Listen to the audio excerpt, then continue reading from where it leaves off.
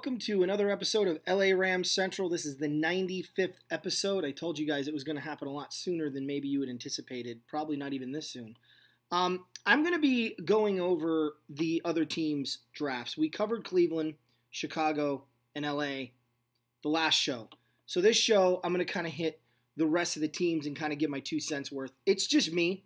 There isn't going to be an Eric this go-around. I'm going to do something a little different this go-around. After I do the draft breakdown, I'm going to talk about not necessarily my Super Bowl prediction, but I'm going to kind of remind fans out there a little bit about the Ram history. Some of you probably are already going to know most of this stuff, but there's a lot of young fans that don't know a lot about Ram history that I'm going to pass along. This is information that isn't covered in the NFL network. It's not really talked about. And to be honest with you, when you watch the games, there are so many announcers that don't know anything pre-2000. It's embarrassing. And maybe that's because they're former athletes. And if I've learned anything about the professional athlete in football, it's that they don't know or care about the past of their own sport. It's not like baseball. You have a few exceptions to that rule today. It was far more common back in the 80s that people would grow up idolizing people from the 70s when they were playing football in the 80s and knew of football teams, great players from the 60s. Jim Brown was a well-known football highlight reel for the athlete in the 1980s. You know, these guys that were playing in their 20s. Even in the 50s, they knew of the past in the league. But the modern athlete doesn't know and quite honestly acts like they don't care. So we're going to cover a little bit of that because I think it's good for the fans to know that, because if you're a Ram fan, you truly should be proud because our history is glorious. It is every bit as impressive as the Steelers, as the Patriots, which really the Patriots' history is horrible until you get to mid-80s, and then even then the 90s was kind of a struggle. It wasn't really until the aughts that the Patriots took off, but our history rivals that of the Dallas Cowboys, the Minnesota Vikings, the Pittsburgh Steelers, the Green Bay Packers, and it's about time that you guys know that if you don't know it already. So it's going to be a quick first segment, then I'll hit that second segment, and then the show will be over, and feel free to comment. First of all, April, I want to just say it's always great when you comment because you give such positive feedback, and I'm glad that you're glad that we're back. That goes for everyone that made the comment on the last show saying how excited they were that we were back. We are definitely glad to be back. It's been too long of an absence. And like many of you, I'm really excited for this football season, and I cannot wait for 2018 because I think it's going to be an amazing year. So I'm going to go in order, and I'm going off of, again, I'm going to go off of this magazine here, okay, Street Smiths Magazine. They do this is their prediction, and that's kind of cool too, because if you don't have the magazine, you're going to know, if I, like for example, I'm covering New England first in the AFC East, that's because Street Smith picks New England to win the AFC East. So it's in order in which they predict they're going to finish, which for me, I'm not saying that I agree with them. It's easier for me to go through and cover. So there's a few things here that I want to talk about, and I'm not even going to get into what I think New England's going to do. I'm just covering the draft, and I'm going to hit 3 players, give you their grade, and then give you my grade. So the New England Patriots' first pick that really stood out to me, and everybody else, was their first 2 picks. Isaiah Wynn and Sony Michel from Georgia, both from Georgia.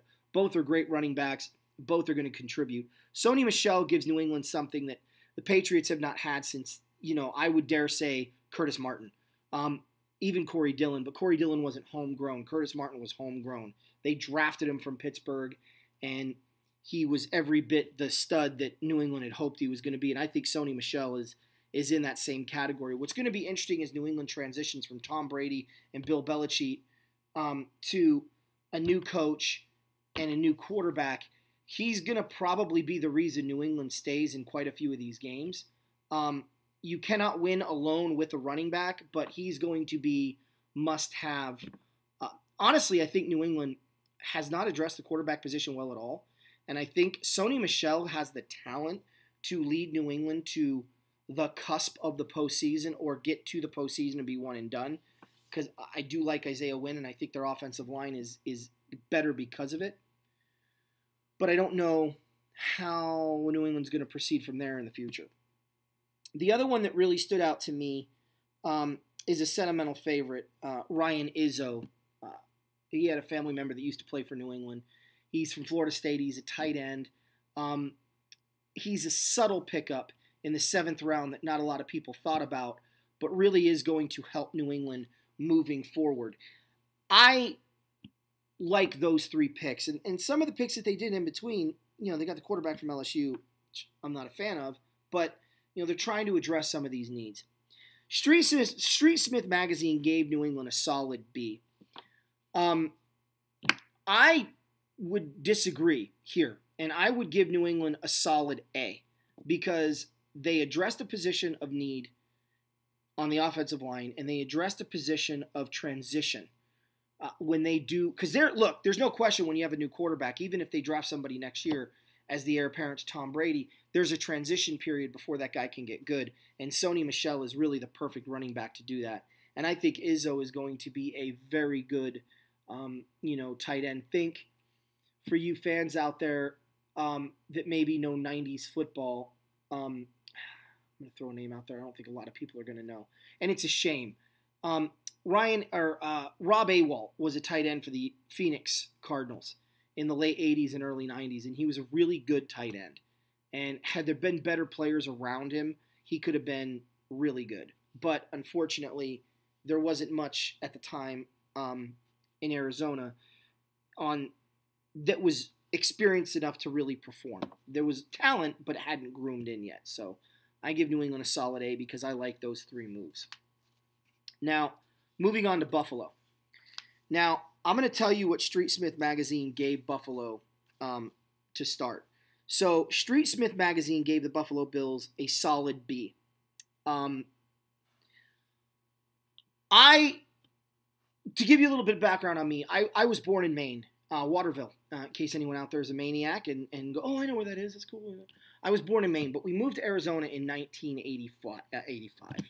I almost said 84. We moved out to Arizona in 1985, and I brought New England with me. So my teams growing up had always been the Rams, the Patriots, the Redskins, because I loved Joe Gibbs. Joe Gibbs was my idol growing up. That's why I'm a coach. As the 80s unfolded, I adopted the Cleveland Browns as my 4th team because they were one of those teams that just 86 and 87, they were so close to winning a Super Bowl or getting to a Super Bowl, and it just never materialized. But after New England cheated to win the Super Bowl in 2001 against our beloved Rams, I dropped them. I will not support a team that willfully cheats and breaks the rules when no one else is doing it to get an advantage. It's one thing if you're curbing the rules within the white lines of the game, but to curb the rules outside of the white lines of the game, I have no respect for that organization. And New England went from number 2 to number 31. I dare say even 32. I think I might even root for the 49ers. I know sacrilege over New England, but I digress. I now have a 4th team again. I am going to be a die-hard Buffalo Bills fan. Not only do I like A.J. McCarron, who they picked up in free agency, but the guy they drafted number one in the 7 overall, but number 1 for them, Josh Allen. Josh Allen, in my opinion, it's not even a question that he was the best quarterback in this draft. And people are going to sit there and tell me Rosen or Darnold. I don't want to hear it. If you didn't watch Wyoming football and you only based your limited knowledge off of what you saw in highlights and what the NFL Network gave you, then I'm truly sorry. But I watched a crap ton of Mountain West Conference football games over the last 2 years. And Josh Allen is the best quarterback in this draft. And what a perfect situation. You go to Buffalo, cold weather. He can handle it. You've got a running game behind you, even if they don't have LaShawn McCoy. They've got Chris Ivory. They've got some talent there. So I don't know if Josh Allen will start this year. He should. But he alone gave this draft an A because they were the only ones smart enough to take the quarterback. But they also turned around and got Tremaine Edmonds, the linebacker from Virginia Tech, which I think is a great move because that's going to bolster their defense. But another move that a lot of people didn't really pay attention to, in my opinion, was Ray McCloud from Clemson. Ray McCloud is one of those receivers that think James Lofton, which is fitting that we're talking about the Bills. But remember, he was drafted by Green Bay. The guy's got speed for days. He's got hands. He's long. He's lanky. He's a football player with track ability. And we hear that all the time with wide receivers, but to catch the ball with soft hands and have that kind of speed, it's a rare package, and I haven't seen it. Obviously, Jerry Rice, and there's been other receivers that have it, but he just feels and looks like a James Lofton. So I think when you look at those three moves, the two offensive, the one defensive, I'm not even getting into Austin Proehl, who they got in the 7th round, which I'm a big fan of from North Carolina. It's what they did early that solidified this organization. Couple that with the drafts that they already made, the moves. You got to put that aside because we're talking just draft. I got to give Buffalo an A. I give New England an A, and I give Buffalo an A. I think both of those teams did a really solid job of drafting and not only getting positions of need, but getting the right players for the right fit. Now, the next team that they pick is the New York Jets. And they gave the New York Jets a solid B. And I don't think Sam Darnold is going to be a bad quarterback, and I do think he's better than Josh Rosen. I like the move with, where is he? Kid from Connecticut. There he is. Futoski, I think is how you say his name. I'm not going to try to butcher his last name, but Florenzo Fatus, I can't even say it. But he's a solid presence that I think addresses a defensive tackle need that the Jets lost when they traded their D tackle away to Jacksonville last year. I think it's going to be a nice job of filling in for that. I see him more as a depth player, but could groom into something good. But outside of that, there really isn't a lot that New York can really hang their hat on. Cannon, the running back for Virginia, the quarterback. Let me start over. Trenton Cannon, the running back from Virginia State. Yeah, you heard that right, Virginia State, is a very intriguing pickup for me. I've gone back and looked at some film on him. I'm always intrigued when somebody gets drafted not in D1. And he reminds me a lot of a Kurt Warner, kind of an unknown. Kurt Warner came from Penn State. Everyone knew who Kurt Warner was, but kind of an unknown product coming out. Is he going to translate? He runs he's a shifty runner. He's got some potential. I always root for guys from these smaller schools because, like Hightower, they can really burst onto the scene, but they usually burn out pretty quick. The NFL used to be made of these kinds of players, and they're just not. But because he's a project and because we don't know a lot about him, he has potential. I'm actually going to give the Jets a C here. I don't agree with Athlon giving the Jets a B. Not Athlon, but Street Smith. So far, I haven't really agreed with any of their picks. Last team that they have on here is the Miami Dolphins. And they gave the Miami Dolphins a solid B+, and I cannot agree with this anymore. The Dolphins are indeed, in my opinion, they really did a good job in this draft, and I do also give them a solid B+. Mika Fitzpatrick, the tight end from Tennessee, Mike Gesicki, I think is how you say his name. But it's the cornerback from Southern Miss, Cornell Armstrong, that I was surprised dropped as far as he did. Cornell's only 5'11", but he's got really good wheels, and I think he's going to be a good nickel corner for the Dolphins. Mika Fitzpatrick can play pretty much anything, safety, DB, whatever you want. And when you're talking about a guy 6'1", 202, and an athlete of his caliber, the Dolphins are really upping the defense side of the ball, thinking they've got the offensive side of the ball figured out.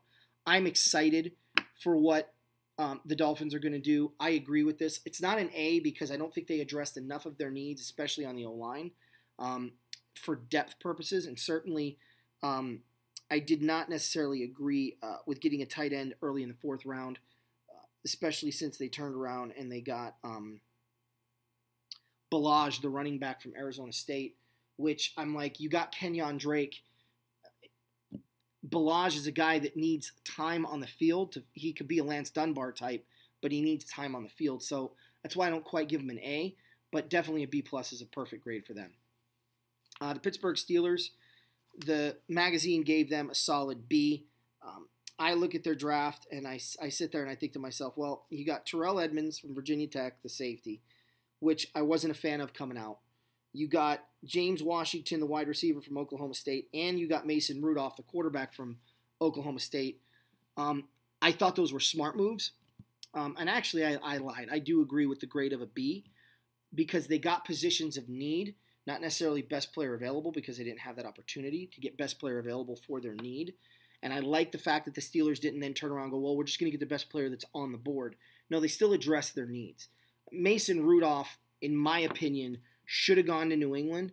It was a huge mistake by the Patriots.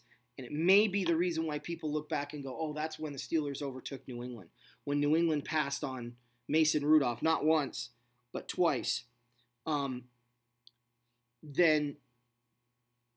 3 times, really, because I think they had 2 number ones. So it really was a smart move on Pittsburgh's part. I think the kid's going to be great. He's got a big arm. Oklahoma is a cold state. A lot of people don't realize that, but in the winter it can get pretty cold in Oklahoma. And I like the move. I don't know when or if it's going to pay off, but I agree. Solid B for them. The Cincinnati Bengals. The Cincinnati Bengals are an intriguing team. They did everything they needed to do to be better. I, like Street Smith, gave the Bengals a B. They got Billy Price, the center from Ohio State. They picked up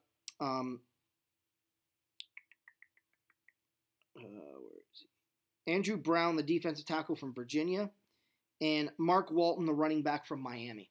So they picked up a few pieces that I think are going to help this team for depth, but also for starting purposes.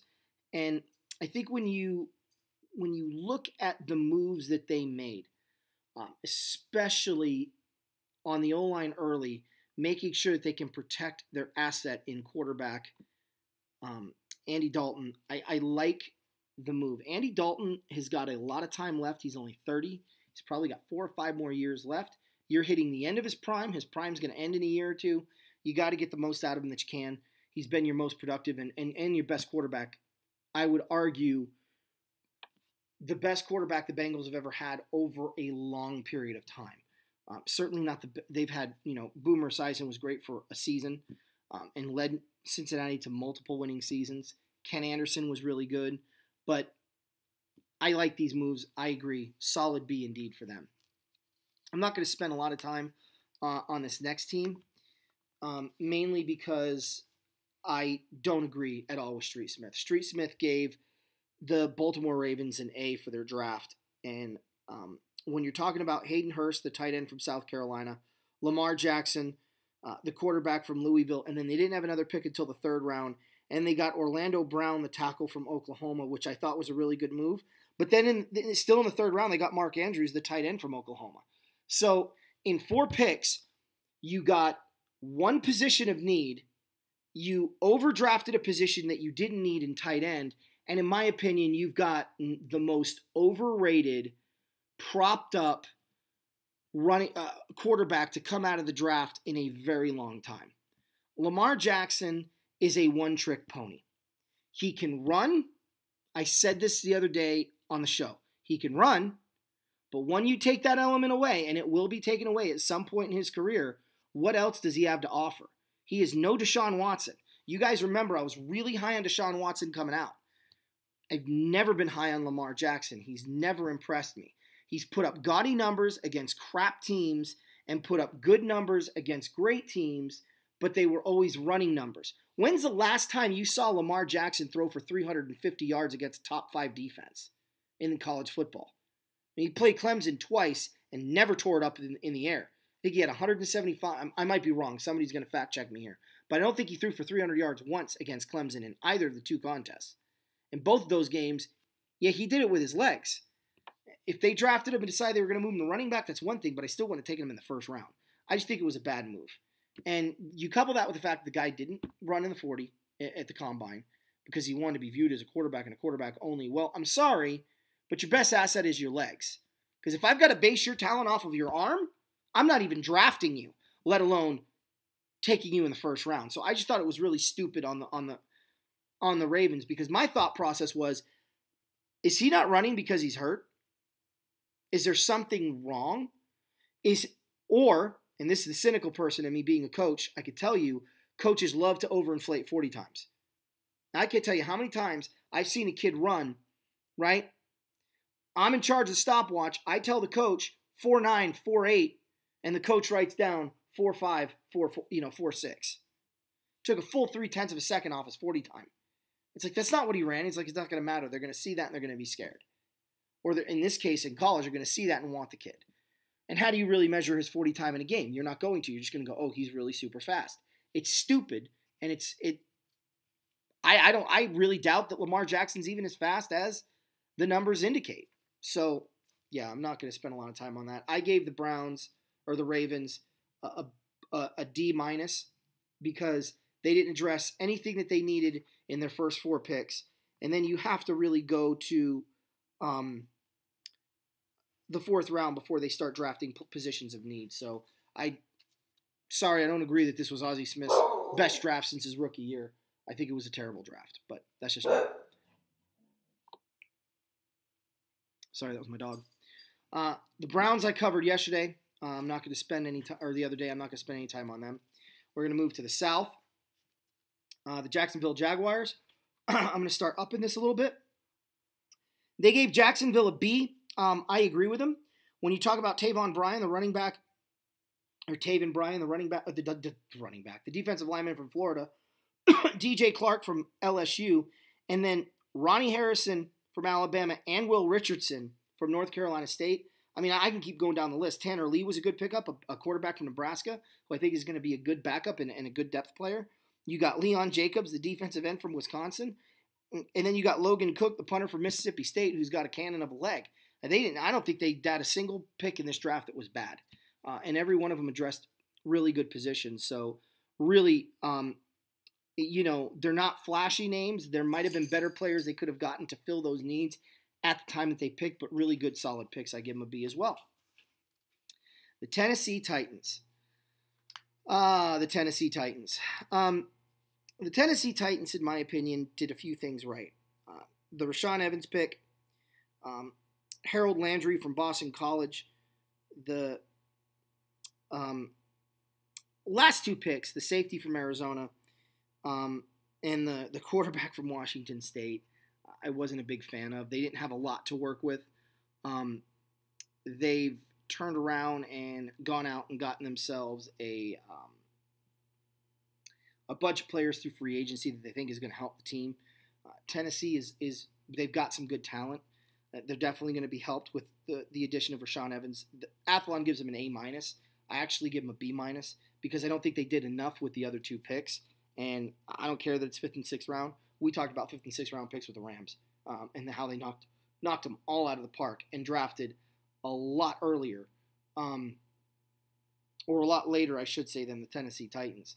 Especially when you talk about their, with their 5th and 6th round picks. So I actually give them a B minus while they gave them an A minus. The Houston Texans are one of those teams that really didn't need to do much. This magazine gave them a B. You're talking about Justin Reed, the safety from Stanford, which I wasn't a fan of, but for the 3rd round, I think it was a value pick. Rankin, the tight end from Mississippi State, is really the one that I thought was a surprise that he had fallen to the 3rd round. I can agree with the B minus. I would actually probably say a little bit higher grade than that. I would go a solid B because they addressed positions around their quarterback, which I think is an important thing to do in Houston.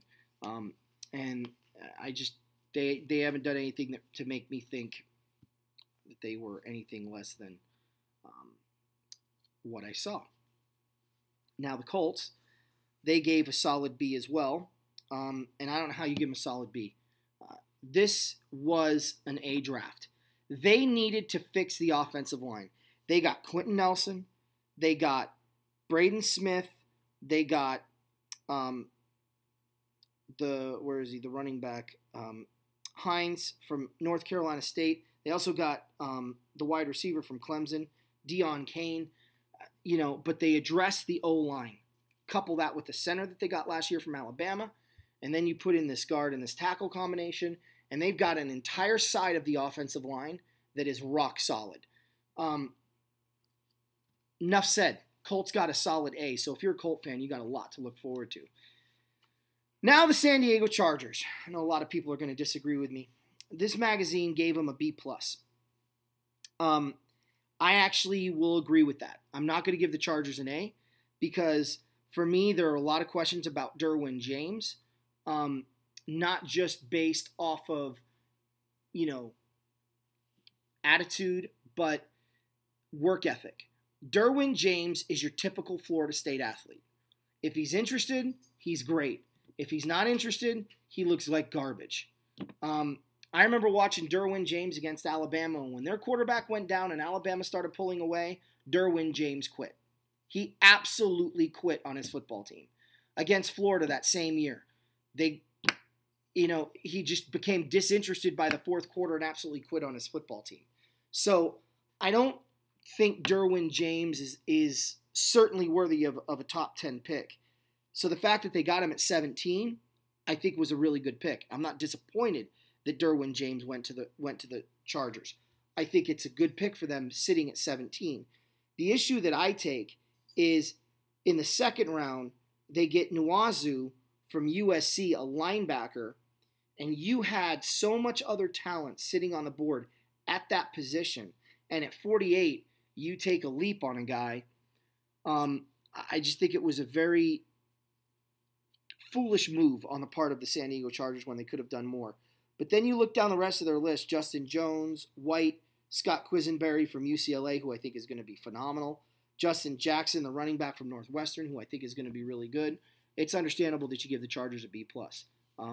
But I want to have people kind of calm their jets a little bit when they talk about Derwin James because it seems like people forget what they saw on film.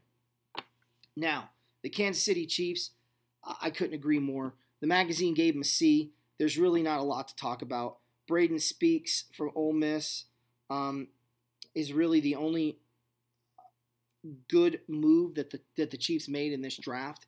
And I wouldn't even say that was a great move because Speaks has a weight problem, and he's inconsistent with his weight in high school or college. What's he going to be like in the pros? So this is a really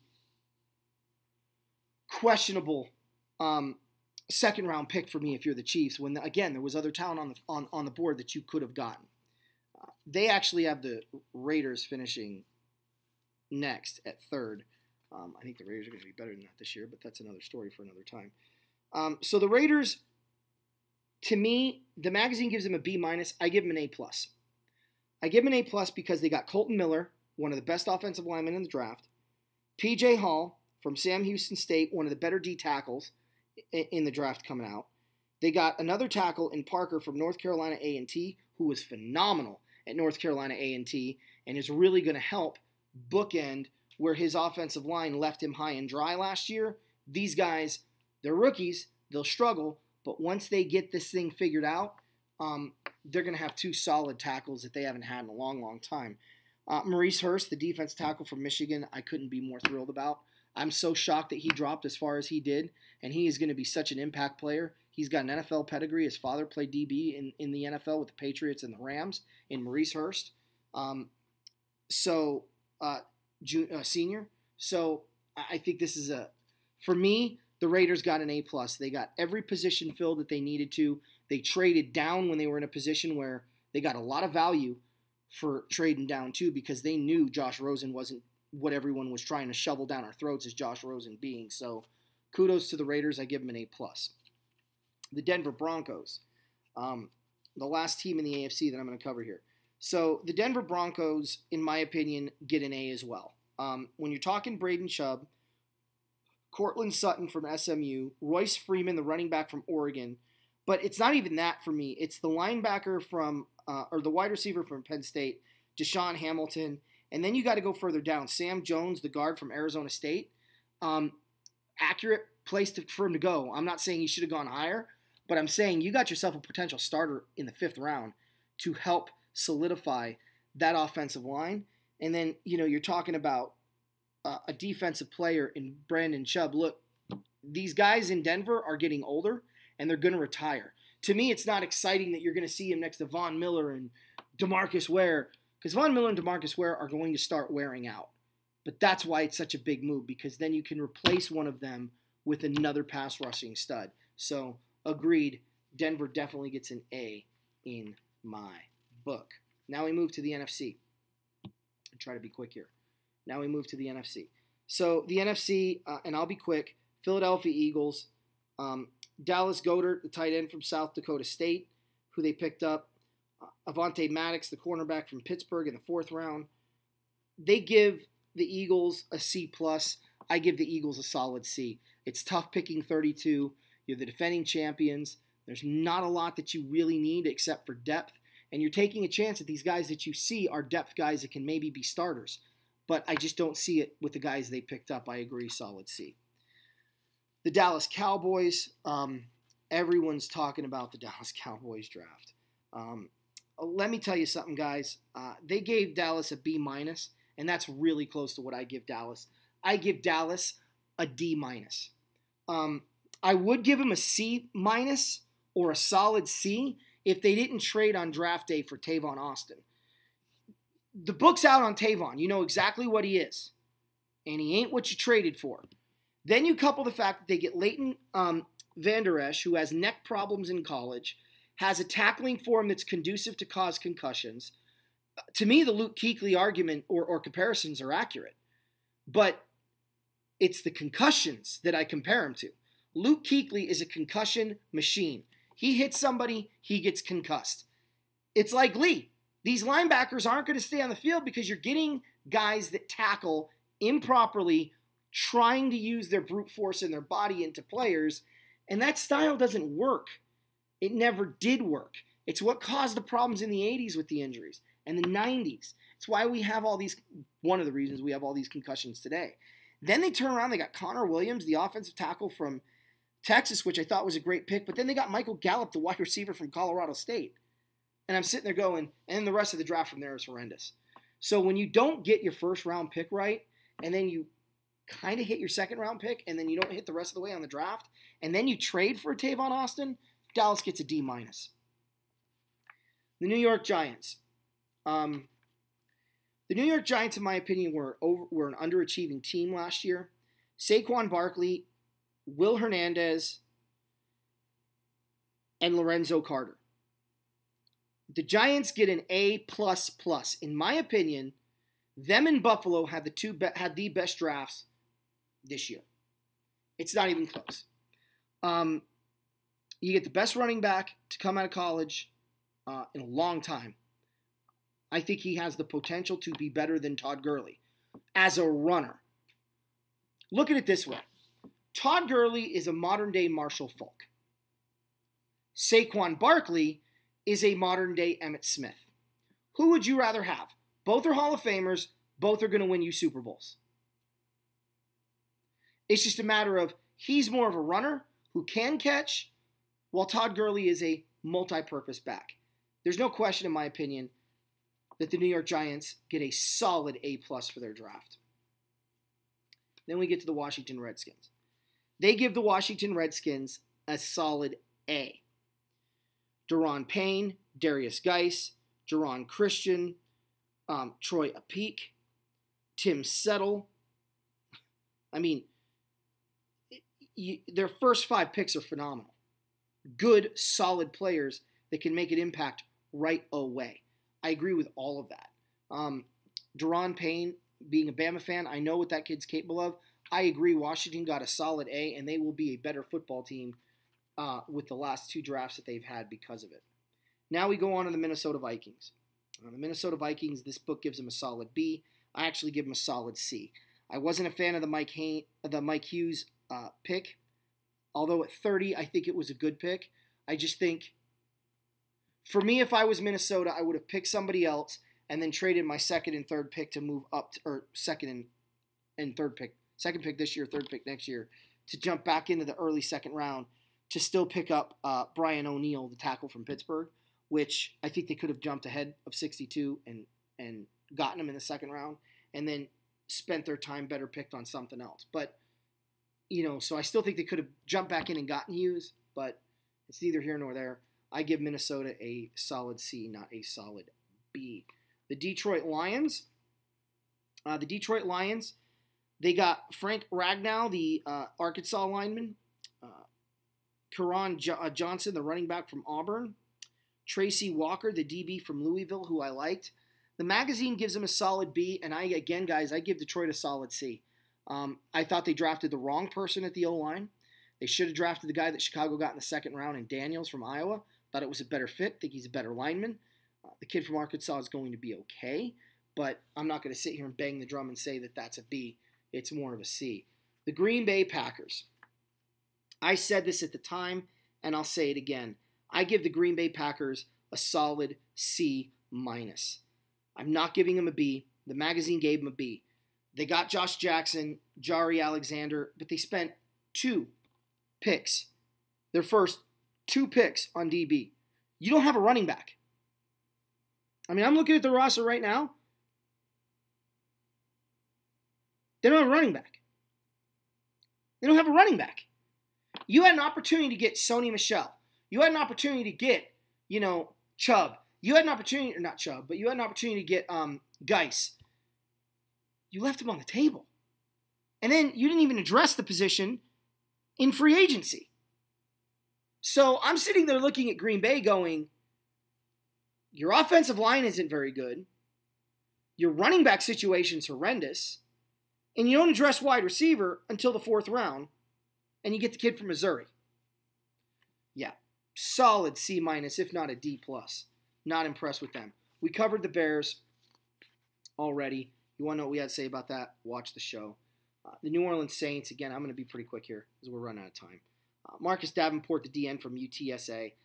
Look, I'm not going to say anything else here. The magazine gave him a C+.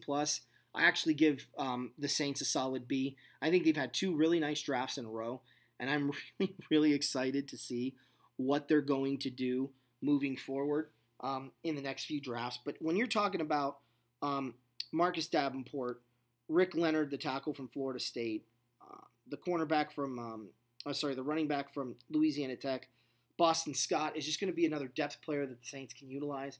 He reminds me a lot of a Dalton Hilliard type. I give him a B. I don't give him a C+, but we're not that far off, me and the magazine.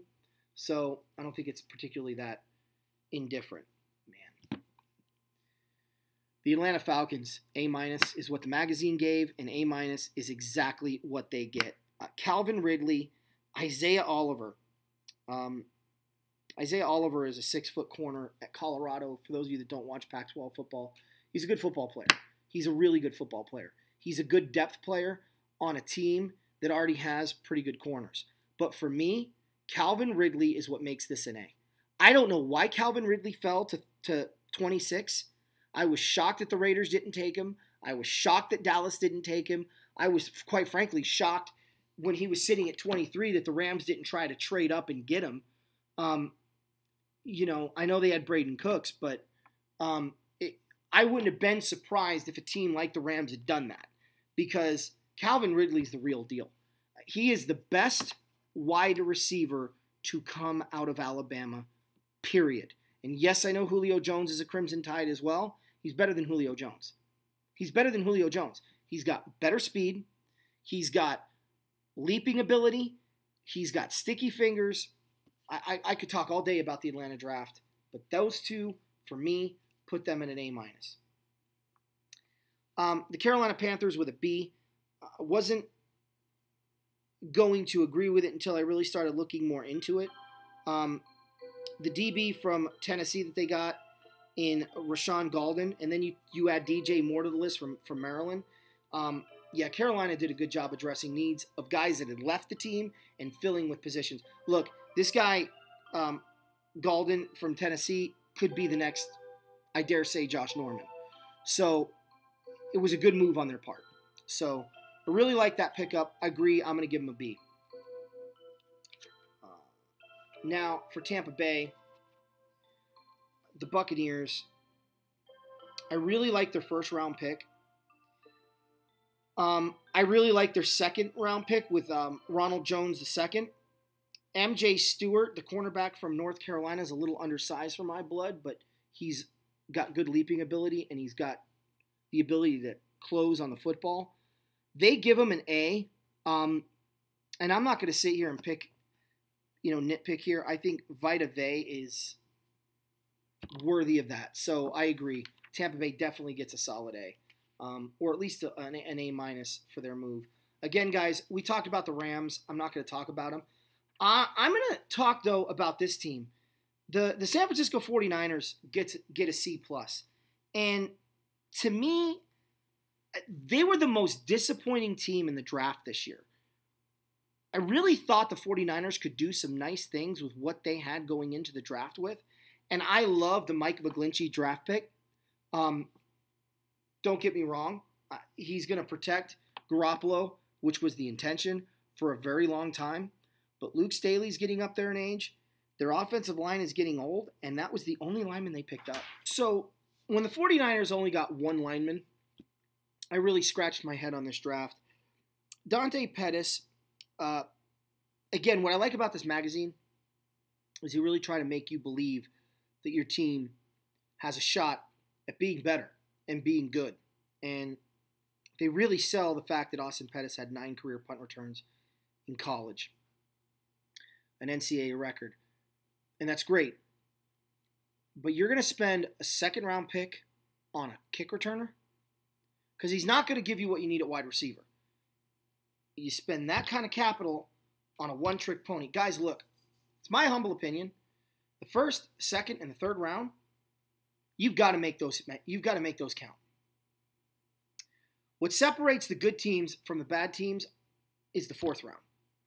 What separates the great teams from the good teams is the fifth and sixth round. The seventh round, I don't care who you are. You do all the homework you want, unless you go into D1 AA or Division II and really focus on those guys if they're available. Personally, I think those guys should be going a lot higher.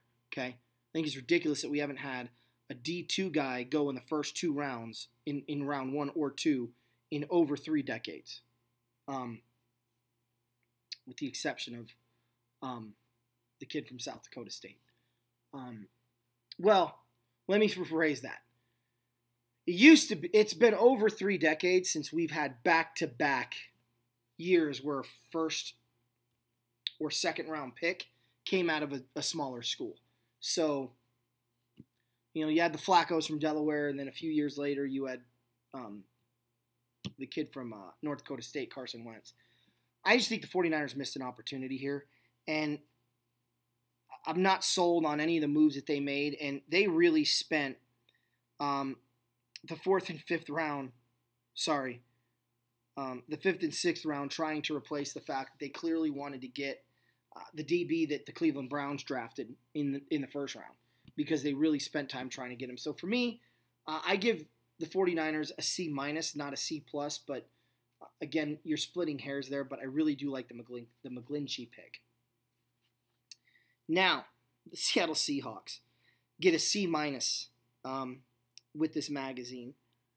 I agree, and the only reason I agree and the only reason why I'm giving him a C- is because Rashad Penny from San Diego State is a good running back. He's a really good running back. But we all know that the Seahawks won't use him properly, and we all know that they need a lot more than running back, especially with the Legion of Boom being completely and totally dismantled this year. And they did nothing to address that side of the ball. I mean, the next round they got Rashawn Green, the defensive end from USC, in the second round, or third round. So, for me, if I only have a first-round pick,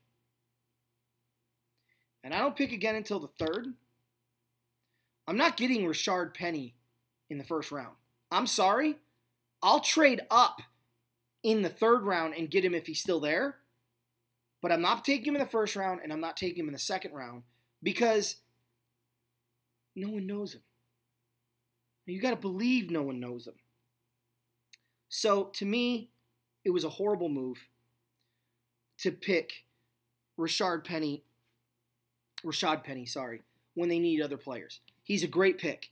And it's funny because I was on my YouTube channel talking to one of you guys. I can't remember who I was talking to, forgive me. And you brought up Rashad Penny. And I said, from San Diego State, I love the kid. I think he's great. He's fast. He's got wheels to burn. He's going to be a really good pick for whoever picks him. And then literally 3 picks later, the Seahawks took him. I don't know. I think it was a dumb move. And because of that, again, Rashad is not a bad pick. He's the reason I'm giving him C-. He's a good running back. I just think he could have been there in the 3rd round. And it certainly is a risk one should have been willing to take. Because if he did go earlier, you still had other backs then that would have been on the board, like a Darius Geis. So, to me, it was a very odd move. This is where me and the magazine really, really, really disagree. Does anybody out there really believe that Christian Kirk was a 2nd-round pick? I'm curious. I was thinking about the Rams getting him with their 2nd-round pick, or 2nd, 3rd-round pick. Let me go back real quick. I want to get this right, because I remember looking at this. So, sorry. I was looking at the Rams getting him with their 2nd, 4th-round pick. To go in the 2nd round? Are you kidding me? Like, that blew my mind. Then you couple the fact that the Cardinals spent all that capital to jump up to 10 and get Rosen? Josh Rosen. I understand why they did it. There's no question when you look at their roster, they needed a quarterback.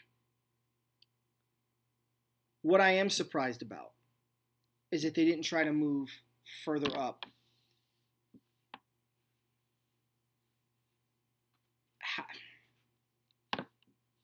Can I be candid? The Cardinals would have been better off letting somebody take Rosen and then drafting Mason Rudolph. Rosen peaked in college. It's not to say he's not going to be a good quarterback in the NFL, but his ceiling has been reached. How do I know that? Let me explain. In college, you look for certain moments of growth. I'll give an example. Jared Goff goes through that horrible season his rookie year in college. I'm talking college now. First year, takes over an abysmal program. The next year, he elevates the program and he wins a few more games. In some of those close games, he makes a great comeback in. His 3rd year in college, they do even better. And in games that he had lost, types of games that he had lost, he started to win. I saw this with Carson Wentz. Not that they had a lot of losses at South Dakota State, but errors that he was making in year 1, he wasn't making in year 3. By his senior year, or by his final year in college, what you saw from Jared Goff was a steady incline of growth. Okay? With Josh Rosen and Mitchell Trubisky, since we talked about the Bears, 13 games, there's no peak. There's only growth. It's one of the surefire things that you're getting a guy with no ceiling, right? Because he hasn't found the ceiling. He doesn't even know where the ceiling is yet with 13 games under his belt. But with Josh Rosen, the way you beat him his 2nd year is the way you beat him his final year.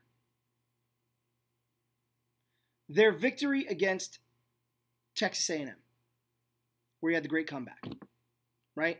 And everybody hailed Josh Rosen as this great quarterback. You got to make the throws. I get it. But Texas A&M stopped doing in the second half what they did in the first half. They packed it in. They thought they had the game won. Don't believe me?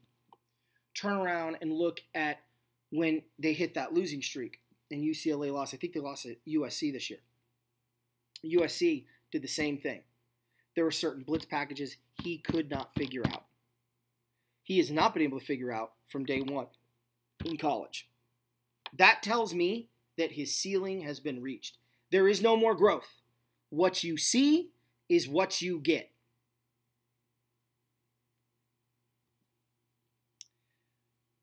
I give the Cardinals a D. The magazine gave them an A. We could not disagree more. I give them a D because I don't think Josh Rosen was the right pick at quarterback. I think they would have been better off getting Mason Rudolph and sitting pat and utilizing their resources to build around that factor. It's one man's opinion. I've been wrong. I'll be wrong before. Notice, I'm not saying I don't like Josh Rosen. I'm not saying that I don't think Josh Rosen is, I think Josh Rosen's going to be a bust, and I'm going to hate the Cardinals now because they drafted Josh Rosen, and I didn't like Josh Rosen, so therefore I can't root for him. Like a lot of these douche canoes do. No, what I'm saying is his ceiling's been reached. Now, if the Cardinals can work around that ceiling, they can win some games with him. But don't expect a lot of growth from year 1 to year 2 or even year 3. There is no 3-tier growth system for him like there was for Goff and Trubisky, or will be for Trubisky. It's going to be tier 1, maybe tier 2, maybe tier 1.5. You're not going to see much growth. Again, maybe I'm wrong. Maybe coaching fixes all that, but I do think coaching can only go so far, and then talent takes you the rest of the way home. I digress. Segment 2. I want to talk a little bit about Ram history here. And there's a lot of different ways that I can go. I'm not really sure how to approach this. So, I think what I want to do is spend a little bit of time covering different Ram teams in different decades. For a lot of you that don't know, the Rams started in Cleveland, then went to LA. They're the only team in NFL history to win a championship in 3 different cities. They won a title in 45 as the Cleveland Rams. They won a title in 51 as the Los Angeles Rams. And they won a title in 99 as the St. Louis Rams. They're also one of 2 franchises to ever leave a city and then return to it. The Oakland Raiders were the other one. They left Oakland for LA and then they moved back to Oakland. I guess technically the Chargers would be the third one, right? There's 3 franchises because the Chargers were technically the LA Chargers in 60 and then moved to San Diego in 61 before going back to LA in last year. But what I want to do is, I'll tell you what I'm going to do. I'm going to talk about the Rams from the 1980s because I'm concluding the 1989 season on my DVDs and I'm getting ready to move into the 90s. I'll let you, the fans, decide what history segment you want me to do in the future. The 70s, the 60s, the 50s, the 40s, or the 90s. I'll cover the aughts because I do think that that's an important era for me to cover. But like the 80s, I'll pick when I want to cover those. And I'll just start with the 1980s. So, 1980, the Rams are coming off of the most improbable season in franchise history. A real Cinderella story. They lose their owner, ton of injuries, 9-7, worst record in NFL history to make the postseason at the time, and they go all the way to the Super Bowl and damn near beat the Pittsburgh Steelers. Emotions were pretty high in 1980. They moved into a new stadium, I believe. Yep, Anaheim. There was a lot of optimism for the Rams. But as typically happens when a team has that kind of pressure, the Rams struggled.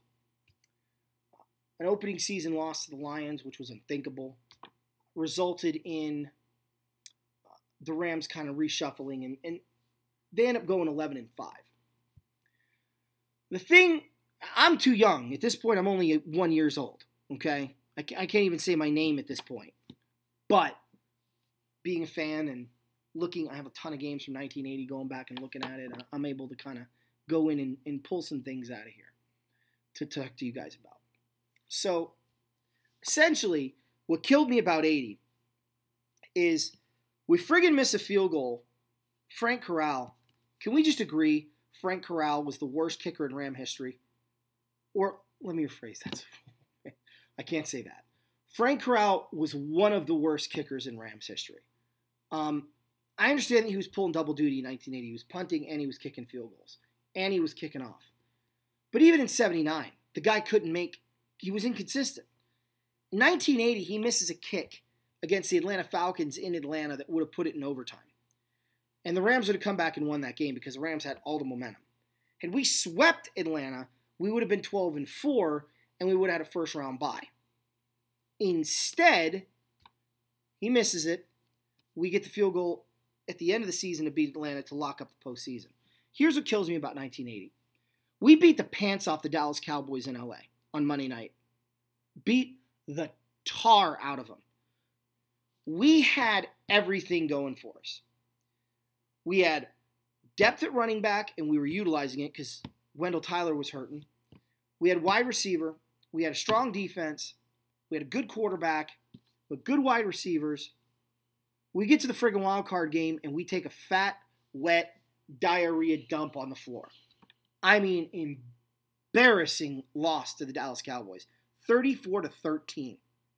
We gave up the most yards rushing in a playoff game at that point than any team had given up in NFL history. Tony Dorsett looked like his 1977 version. Okay? It was a very disheartening way to conclude the season. Partly because I believe that Dallas Cowboy team, and the Eagles proved it, were one of their weaker teams. If we got past Dallas, we would have gone to Philly. Philadelphia was a good football team. They went to the Super Bowl that year. But I don't think that Philadelphia was better than... I don't think they were better than the Rams were. And the Rams would have had a lot of momentum going into that game. Maybe the Rams lose to Philly. But they should have beaten Dallas. And the fact that they lost really ticked me off. Then you go to 1981. Pat Hayden's return, back from injury. Gets a starting job. Ferragamo off to Canada. We go 6-10. We go 6-10. Horrible year. Got swept by the 49ers. That was the 49ers coming out party. It is what it is. 1982 is the strike year.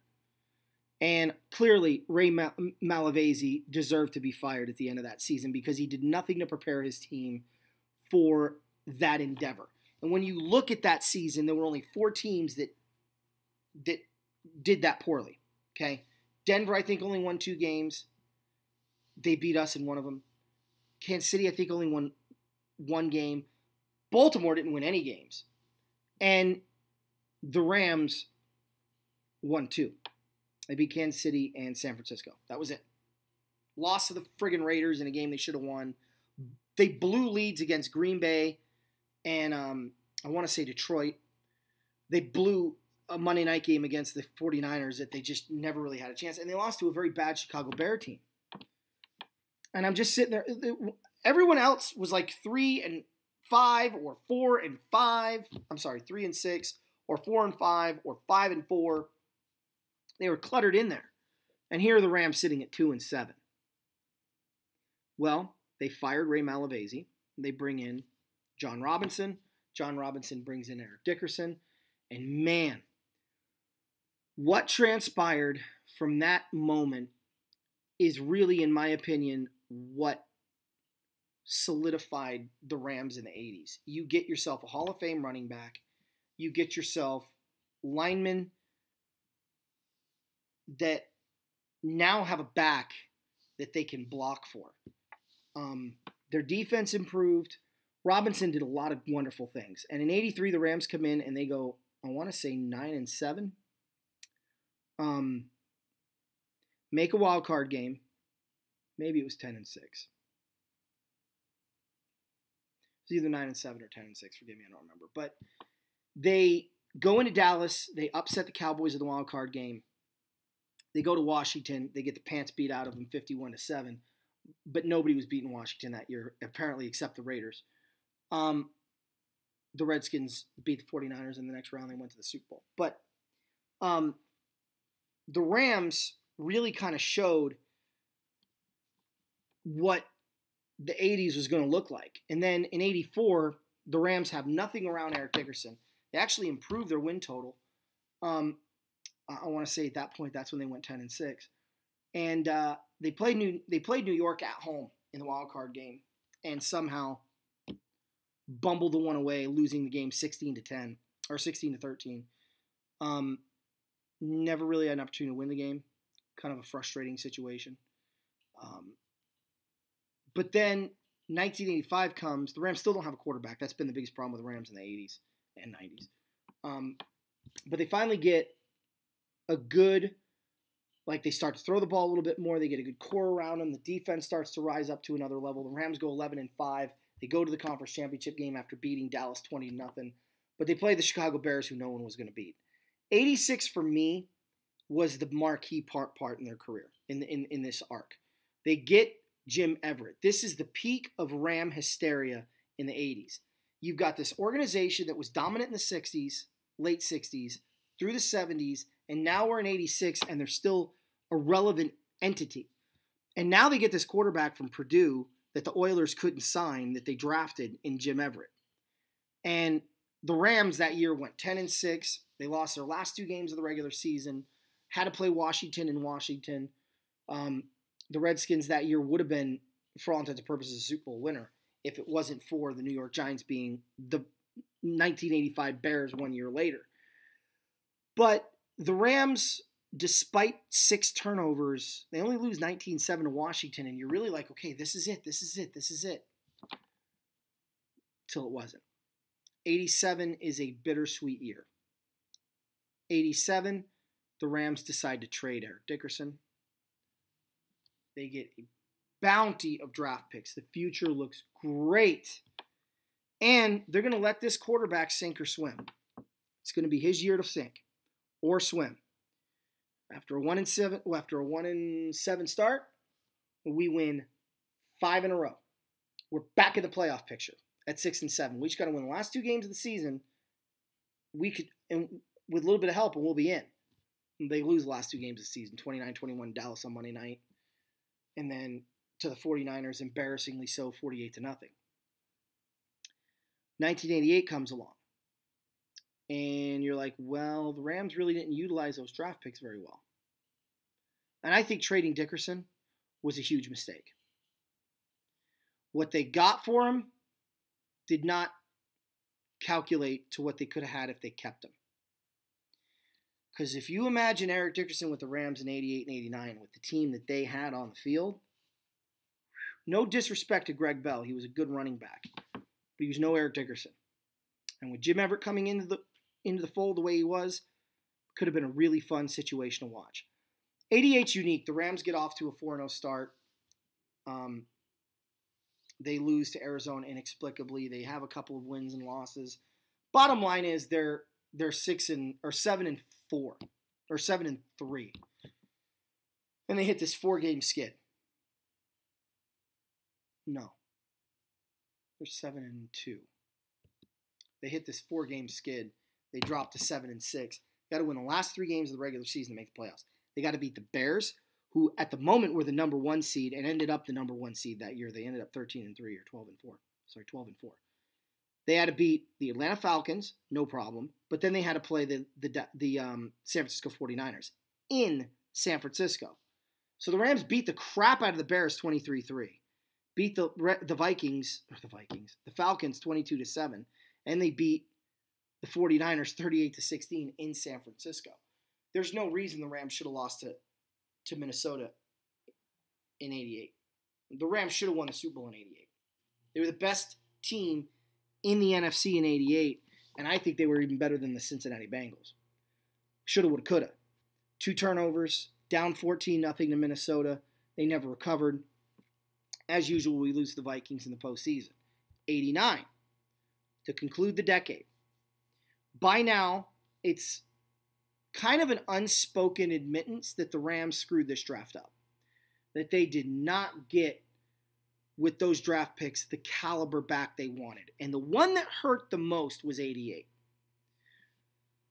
Where the Rams were sitting in 88 because of their pick from the Colts, they were like, okay, Thurman Thomas is who we're going to pick. You heard me correctly. The Rams were going to draft Thurman Thomas out of Oklahoma. They had the card ready to turn in till Buffalo, 2 picks earlier, calls his name. Clearly the Rams were caught with their pants down. They scrambled, and they never recovered with that pick. Thurman Thomas in a Ram uniform would have looked very nice and would have really set the future to be really, really nice. Because I'm sorry, we had no running game until Marshall Faulk. Not a consistent one. So 89, we get off to a 5-0 start. We inexplicably lose a game in the last minute after taking the lead in the last minute against Buffalo in Buffalo on Monday night and lose 23-20, which starts a 4-game losing streak. We're 5-4.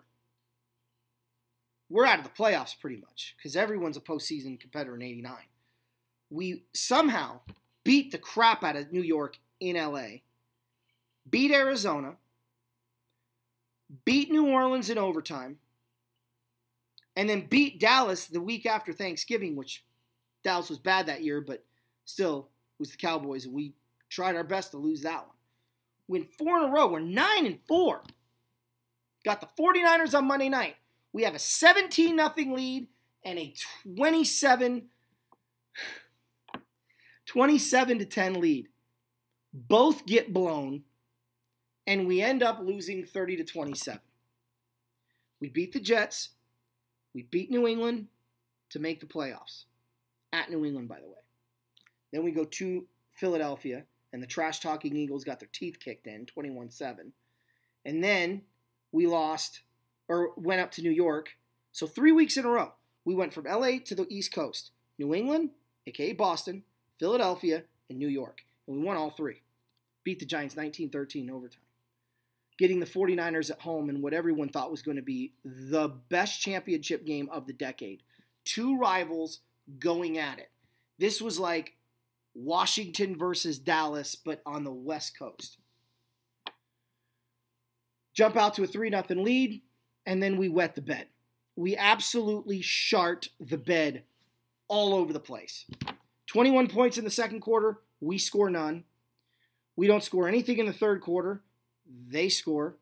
We lose 30-3 against a team that we had beaten by 1 point in Candlestick and should have beaten in Anaheim and beat them in Tokyo.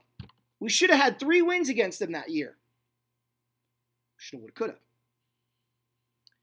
I believe that championship game was such a complete and thorough defeat that the Rams never recovered. 1990, a lot of injuries. They're getting old. They didn't cash in on the Dickerson trade. They missed on Thurman Thomas because they didn't get a chance to get him. And it really put the organization in a tailspin. None of that was more evident than in 91. I'll get into the 90s if you guys want, or the 70s, or the 60s. But it's a quick little review of the 1980s and what happened with the Ramily and the Rams at that time. It should be noted that 84 was when I first started watching football, and this crazy team in maize and yellow, or maize and blue, stole my heart. I loved the uniforms. I loved Dickerson. I thought they played the game in an exciting way, and I just was hooked ever since. Anyway, that's your history lesson. Hope you guys liked it. Hope you learned something. A little bit of synopsis on the 80s. Might have gotten some things wrong, but 99% of that is accurate. So hopefully you guys enjoyed it. Anyway, That's it for the show. I'm Anthony, and go Rams!